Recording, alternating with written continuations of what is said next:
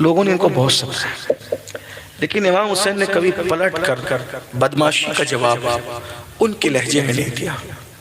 آج لوگ کیا کہتے ہیں؟ اینٹ کا جواب پتھر سے دینا چاہیے۔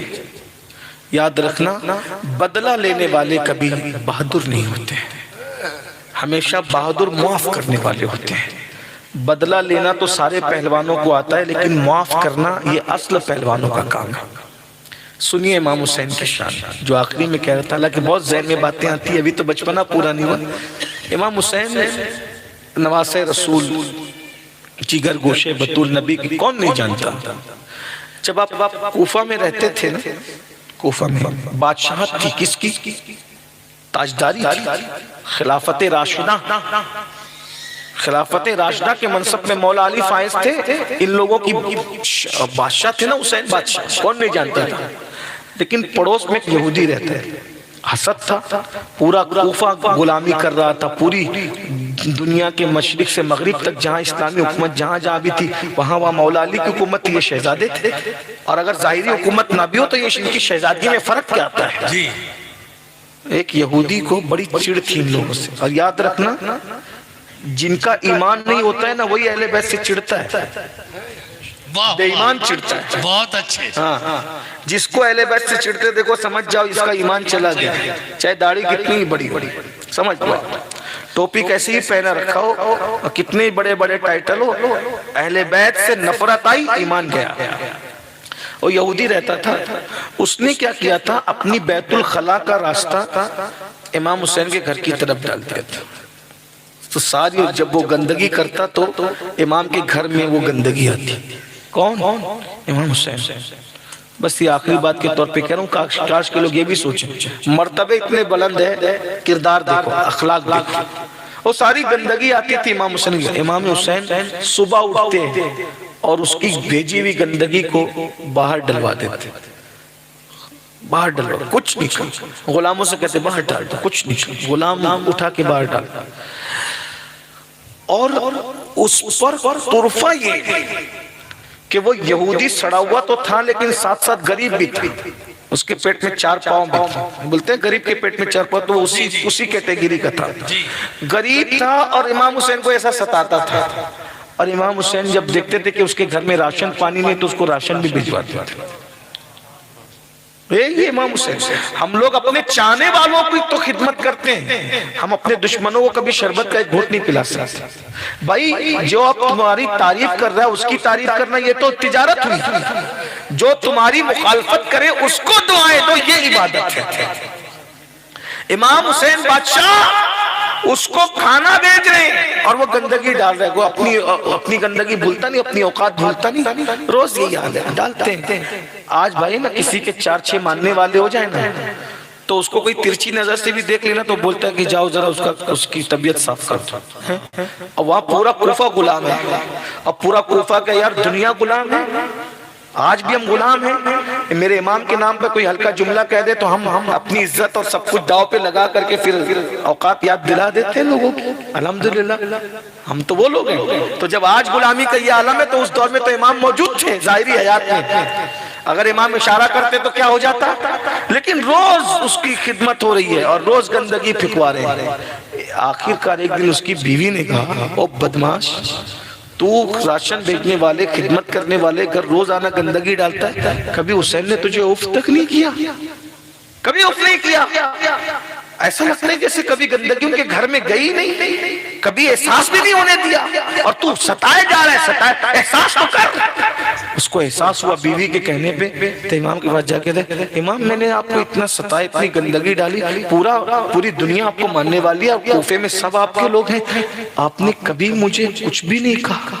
فرمایا ہم آل رسول ہیں، ہم آل رسول ہیں، ہم ستانے والوں کے ساتھ ایسا ہی سلوک کرتے ہیں، اور یہ ہمارے نانا کی تربیت ہے۔ تو تب اس یہودی نے کہا جب آل رسول ایسا ہے تو پھر رسول کیسا ہوگا؟ حسین مجھے بھی کلمہ پڑھائے اور اسلام میں داخل کر۔ تو جہاں کربلا سیکھ رہے ہو نا وہاں اخلاق بھی سیکھو، وہاں کردار بھی سیکھو، پڑوسیوں کے ساتھ اچھا سلوک کرنا، پڑوسی ہندو ہو، مسلمان ہو، سکھ ہو، عیسائی ہو، یہودی ہو، کوئی ہو، پڑوسی کا حق ہے، بھوکا ہو تو اس کو کھلاؤ، تکلیف میں تو اس کی تکلیف دور کرو، مصیبت میں تو اس کی مصیبت دور کرو۔ بتاؤ آقا نے یہاں تک فرمایا کہ جو پیٹ بھر کے کھائے اور اس کا پڑوسی بھوکا سوئے، آقا فرماتے ہیں پڑوسی بھوکا سوئے اور تم پیٹ بھر کے کھاؤ تو تم کامل مومن نہیں ہو سکتے۔ اللہ اکبر، جو پڑوسی کی بھوک کا خیال نہ کرے وہ کامل مومن نہیں ہو سکتا، جو ماں باپ کی بھوک کا خیال نہ کرے وہ مومن کامل کیسے ہو سکتا ہے، جو اپنے بھائیوں کا خیال نہ کرے۔ آج کل 4 بھائی الگ الگ رہتے ہیں، وہ ادھر بات چیت بند، اور ہو کیا رہا ہے، ہم تو عاشق رسول ہیں میرے بھائی۔ رسول اللہ فرما رہے ہیں جو پڑوسی کو بھوکا سلا کر خود پیٹ بھر کے کھا لے وہ کامل مومن نہیں ہو سکتا، جو اپنے بھائیوں کا خیال نہ کرے، جو اپنی بہنوں کا خیال نہ کرے، جو اپنے ماں باپ کا خیال نہ کرے، جو اپنی بیوی کا خیال نہ کرے، جو اپنے سسرال والوں کا خیال نہ کرے، بتاؤ جو اپنے پاس پڑوس کا خیال نہ کرے وہ کامل مومن کیسے ہو سکتا ہے۔ کربلا صرف داستان نہیں، کربلا صرف رسم و رواج نہیں، کربلا صرف دل بہلانے کا ذریعہ نہیں، کربلا سے سیکھیے، بہت کچھ سیکھیے۔ میں تو آخری بات کہنے چلا تھا لیکن ایک بات اور آپ کو کہہ دوں، وہ تو پڑوسی تھا، ہور جو سدھرے ہیں نا، ہور جو سدھرے وہ امام حسین کے اخلاق کی وجہ سے سدھرے۔ یہ ہور کون تھے؟ ہور آئے تھے دشمنوں کے دشمن بن گئے، ابن زیاد نے بھیجا تھا 1000 کا لشکر دے کے حسین کو گرفتار کر لو۔ ہور آئے اور کوفہ سے لے کر جو وہ اس مقام تک جہاں امام حسین کو انہوں نے پایا، اپنی سواریاں دوڑاتے ہوئے آئے، سب گھوڑے ہانپ رہے تھے گرمی کی وجہ سے۔ امام حسین کو ہور نے کہا میں آپ کو گرفتار کرنے آیا ہوں، میرے سردار ابن زیاد نے بھیجا ہے، یزیدیوں کی طرف تھے وہ۔ اپنا بنانا آسان ہے، اخلاق، میں آپ کو گرفتار کرنے آیا۔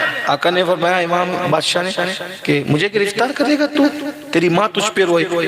ہور نے بھی کہا، اور یزیدیوں کی طرف تھے لیکن بہرحال ادب تھا، امام آپ نے کہا نا تیری ماں تجھ پہ روئے، کوئی مجھے یہ کہتا نا عرب والا میں اس کو بھی یہی کہتا، لیکن میں آپ کو نہیں کہوں گا کیونکہ آپ کی ماں سیدہ فاطمہ ہے، میں آپ کی ماں کا ادب کرتا ہوں۔ اللہ کو یہ ادب بہت پسند آئی ہور کی، اور اللہ نے ہور کا دل بدل دیا۔ جو فاطمہ کا ادب کرے وہ جہنم میں کیسے جا سکتا؟ سبحان اللہ، فاطمہ کے نام، سیدہ کے نام کا ادب، میں آپ کی امی کی بے ادبی نہیں کروں گا۔ تو سرکار امام پاک نے میں تو مجھے گرفتار نہیں کرے گا، پہلے یہ بتائیے گھوڑے کیوں ہانپ رہے ہیں؟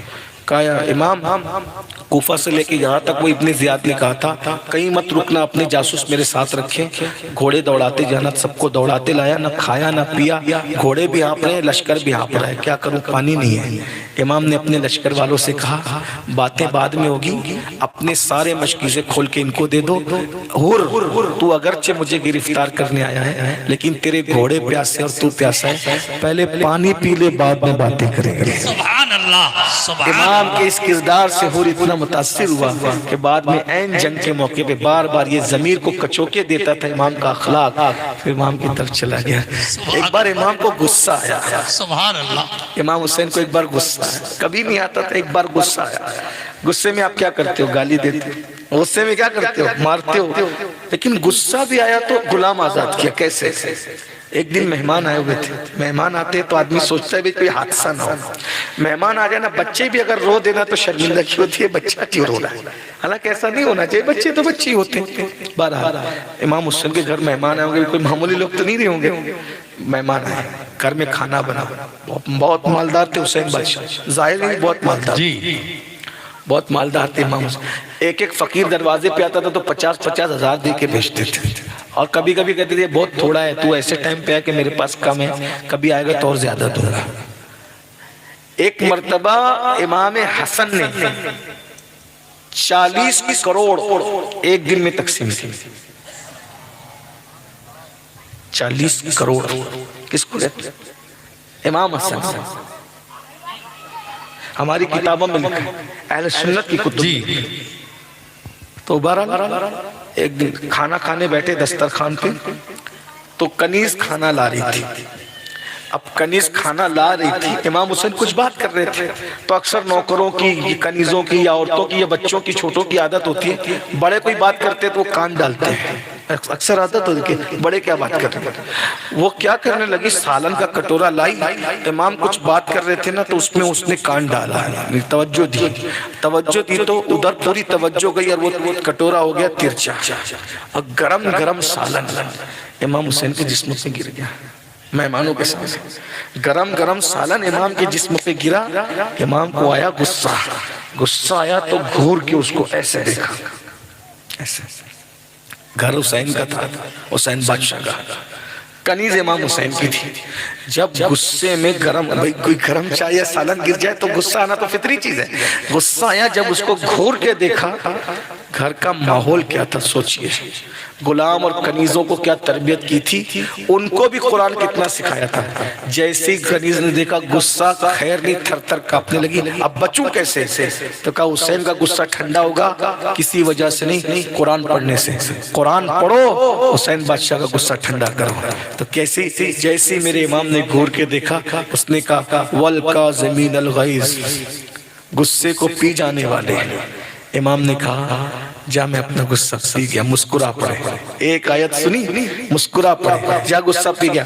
والعافین عن الناس, اور معاف کرنے والے, جا میں نے تجھے معاف کیا. واللہ یحب المحسنین, احسان کرنے والے, جا میں نے تجھے آج آزاد بھی کر دیا. سبحان اللہ, سبحان اللہ. حسین بادشاہ تھے. اللہ تعالیٰ ہمیں ان کی سیرت پہ عمل کی توفیق دے. گفتگو کے درمیان کوئی غلطی ہو تو اللہ تعالیٰ معاف کرے.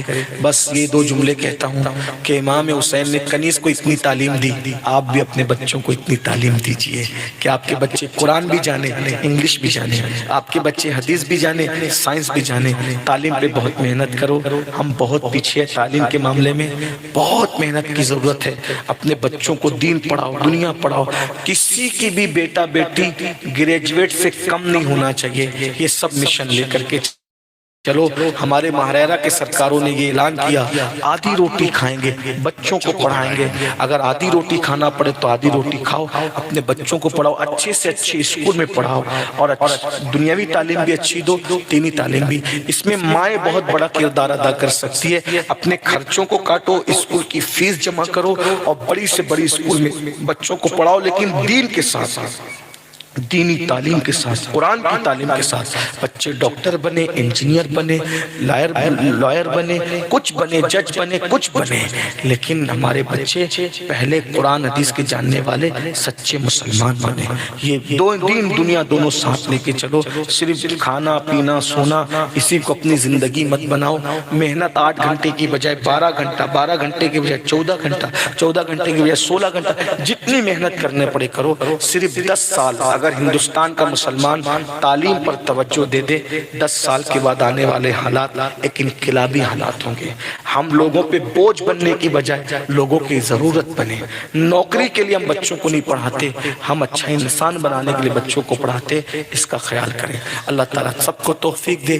گفتگو کے درمیان تو اللہ معاف کر دے. وما علینا الا البلاغ. السلام علیکم ورحمۃ اللہ.